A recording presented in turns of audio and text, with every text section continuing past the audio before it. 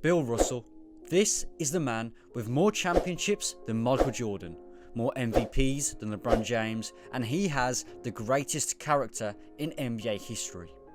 This video isn't going to be an in-depth look at his greatest games or his basketball career in general. This video is to highlight the respect that I have for this man, and I hope that by the end of the video you will too.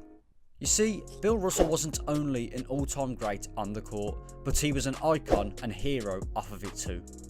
Let me take you back to a video posted by Clayton Crowley in his series Making the Case, which I highly recommend. In his video around Bill Russell, he mentioned about the time that he played in, the era specifically.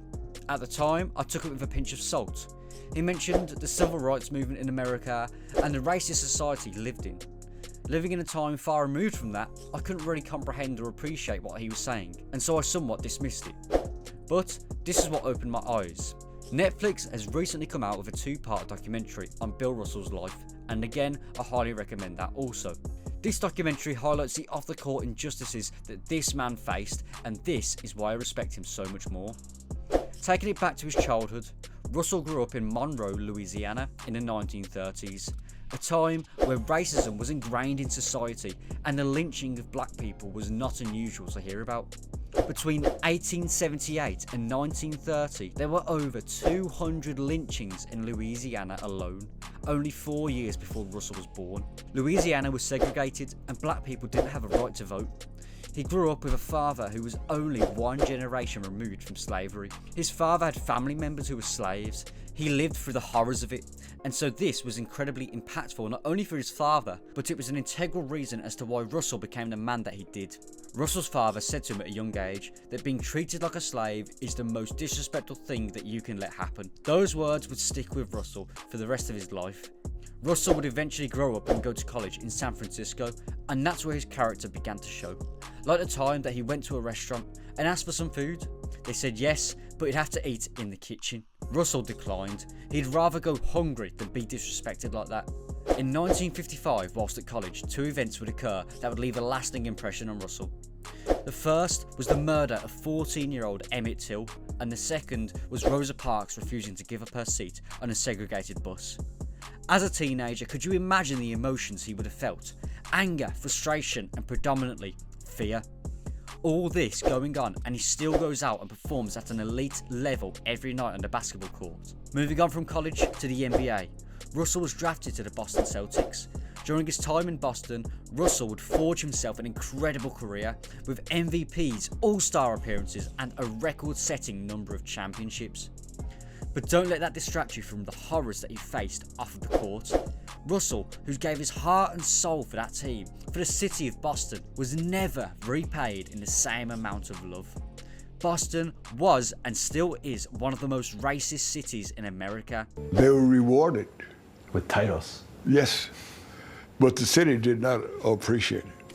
No matter how good Russell was on the floor, the moment that he stepped off of it, he was still just another black man in Boston. After living in Boston for some time and getting acquainted with the neighbourhood, Russell had decided that him and his family had outgrew their home, and so he bought a new one. With this, he faced a petition by the residents against the sale of his new home. His wife, worried about their children, asked, "Who will play with our children? How will they be treated, etc." And Russell replied with this, "I'm thinking of our children. I couldn't look them in the face if I put up with that behaviour. I wouldn't let anyone tell me where I'm going to live." I think that's such a testament to the man that he was. Even when it's the town against him, he wouldn't back down. He values his pride and his family so much more than any backlash or public acceptance. The courage to do that, especially during the 60s with racism and societal unrest at an all-time high, it's just incredible. In the NBA at the time, the competition was also incredible. Russell would face all-time greats in Bob Pettit, Jerry West, Elgin Baylor, Oscar Robertson, and Wilt Chamberlain. The difference though between them and him were their voices. Chamberlain, who was often Russell's rival and comparison, was the complete opposite to him. Where Chamberlain was an offensive juggernaut on the court, Russell was the defensive anchor. Off the court, however, Chamberlain enjoyed his money and kept his mouth shut to protect that money, which is perfectly reasonable. But Russell couldn't rest, knowing about the injustices that his people faced on a daily basis. He didn't care about if it affected his money or his reputation. He decided to do what was right. For context, when Russell got his biggest payday and his highest contract in 1965 for $100,000 a year, the average American income was $6,900 a year. His contract was roughly 15 times the American salary. If you compare that to today's highest paid player in Steph Curry, who is earning a staggering $48 million this year, comparing that to the American salary, it comes out at over 640 times that of the typical income.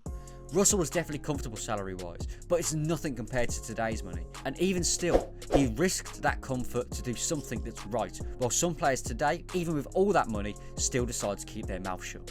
Russell was there at the March on Washington, alongside Martin Luther King.